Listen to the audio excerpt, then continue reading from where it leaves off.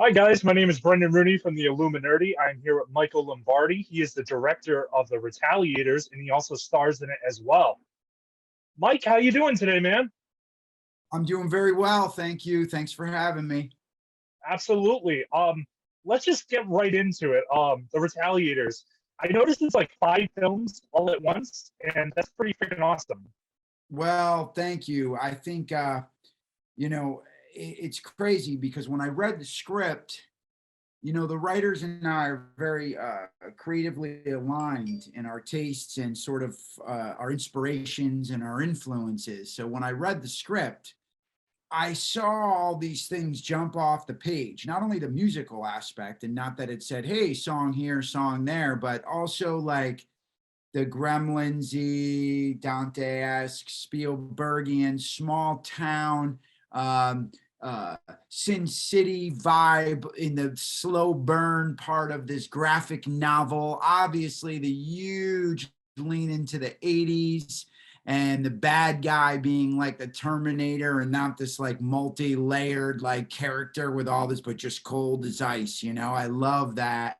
And of course, the nods to the one-liners, and then also this sort of like I was a huge fan of like Clint Eastwood and the spaghetti string westerns and Charlie Bronson from like my dad and stuff. So like I saw some sort of badass stuff in it too that I was like, wow, it's so cool with the lead character John Bishop, what he goes through. And then again, there hasn't been like a horror hero since Ash in like a really long time, right? In Evil Dead. So I saw that, and this sort of like crazy Tarantino-ish place that it goes. So I called Darren, the writer, after I read it, and I said, "Geez, man!" And I went on and said all those things that I'm saying to you. And then he was like, "Yeah," and and Saw, meets, and we were just going, and he kept and I was like, yeah. So it's crazy because you read that in the script, and that's what the story had, and then to try to get it to the screen is a whole nother thing. Could you talk about like adapting that to the screen and stuff, because the screenplay was very well written, and also I love the execution of how like you really build up to the kills. The gore wasn't like too much. The practicality of the special effects, like it was really good. It was like very campy at times, and the dialogue was honestly really funny, and it broke up the levity. Like you didn't have like too much kills going on at once, and really the heart of the movie was like how it took place around Christmas, and like the element of like family and like parents and everything, and like that parental guidance. It felt very taken at times as well. Yeah, that's another one we talked about. Die Hard Christmas, and our boy Bruce is referenced. Yeah, I think we just do a Die Hard reference. There was something about Bruce too. I when I go to the daughter's bedroom, I'm like, Bruce Willis, and she's like, who? And I'm like, But anyway, there were so many things that I loved about the script.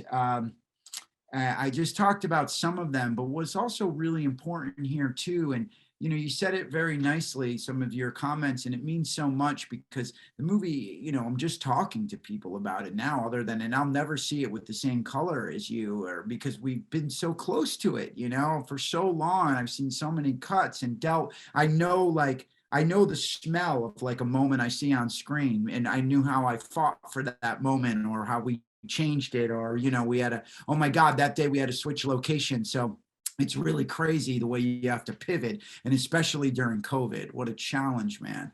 But I think I love the slow burn in the story, and I thought what was so important, like for me as an actor, that's why I took on the movie to like produce and be an additional director on, was because I like the character, and I like the way the onions peel, the levels and the layers that are being peeled back here, and where he starts and where he ends up. I just think it's such a crazy journey. But what I loved about it is that there are a lot of moments between, myself and the detective played by Mark Menchaca, who's such a wonderful actor, from Ozark and The Outsider and many other things. The guy's so great, and I was so happy to get him and cast him in that part. I knew he'd be perfect, and he blew our expectations away even.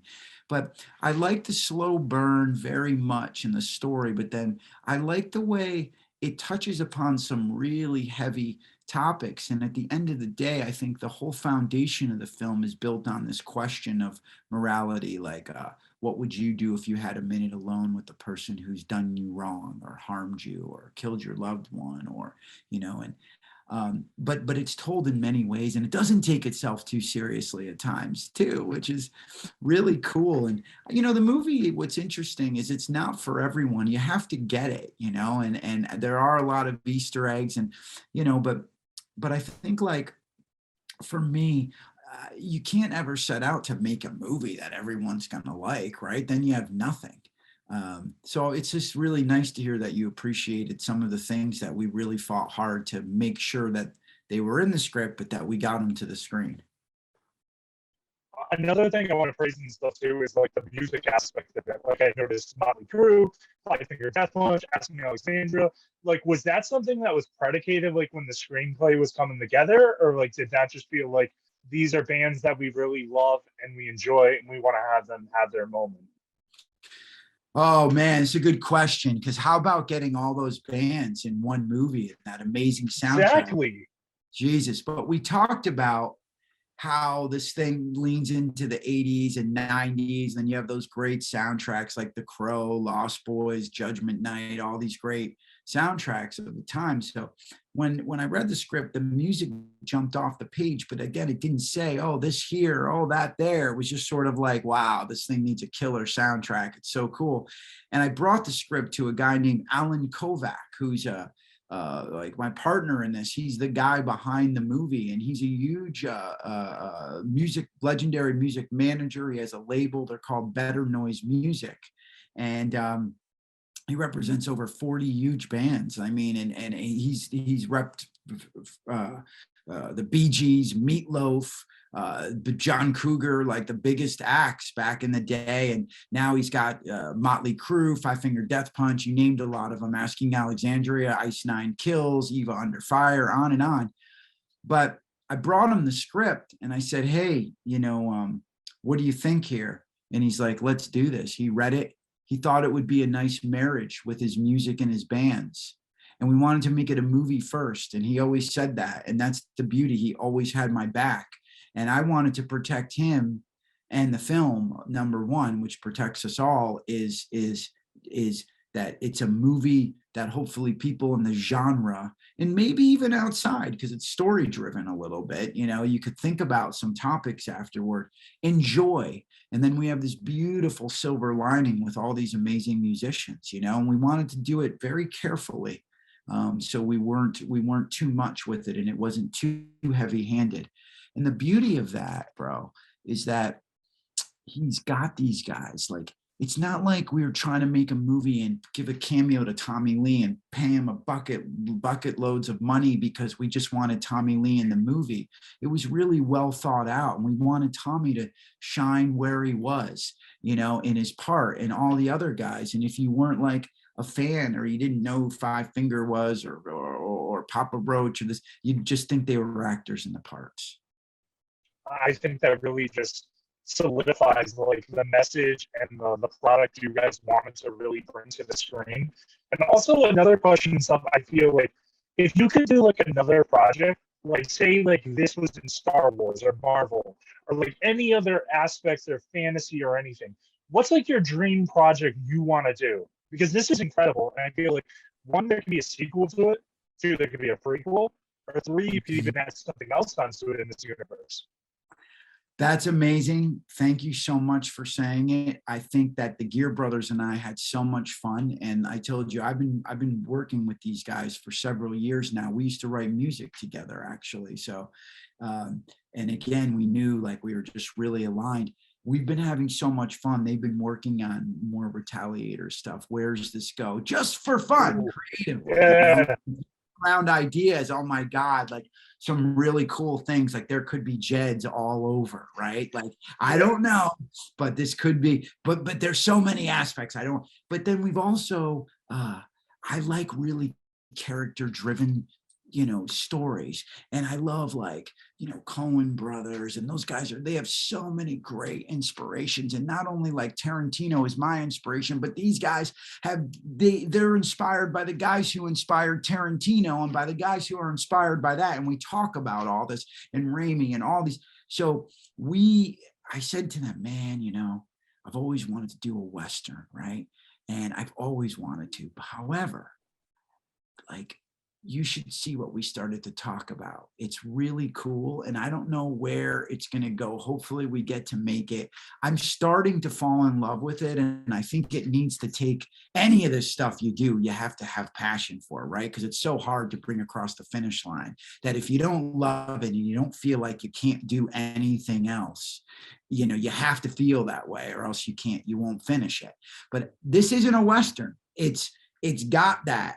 And when I said that to them, it's not like we're out in the, desert or wherever on horseback. It's nothing like that. But we did talk about some cool, it's sort of started spinning their gears, so to speak, and no pun intended. And we've come up with some really cool concepts and places we're going with a story. And then, we'll see about the Retaliators and stuff. We're having a lot of fun. And I think, it's just so fun to work with those guys. And it's crazy because I can't believe how much I learned so much from this, man. And from the day that I got the script till now, what we really wanted to make never wavered. Like, we had to have a lot of fights, and there's egos, and someone doesn't get this and they don't like that, and and then COVID, and it's just crazy because it seemed like to hear you say you liked it so much means so much, because like I said, who knows if people are going to get it or like what we're doing. Yeah, no, absolutely. Mike, I just wanted to say it was a pleasure talking to you. I look forward to writing the review. I'm going to go do that as soon as this is over. I just wanted to say thank you so much for your time. I honestly look forward to seeing where this franchise goes. And ladies and gentlemen, I've been Brendan Rooney from the Illuminerdi. Go see Retaliators. I'm writing the review. It comes out September 14th in select limited theaters. This is Michael Lombardi. He is my Jay Bishop, and he's just freaking absolutely awesome. Just go see the film. You're going to love it. And it's a freaking total blast. Michael, thank you so much for your time. And guys, Illuminerdi out.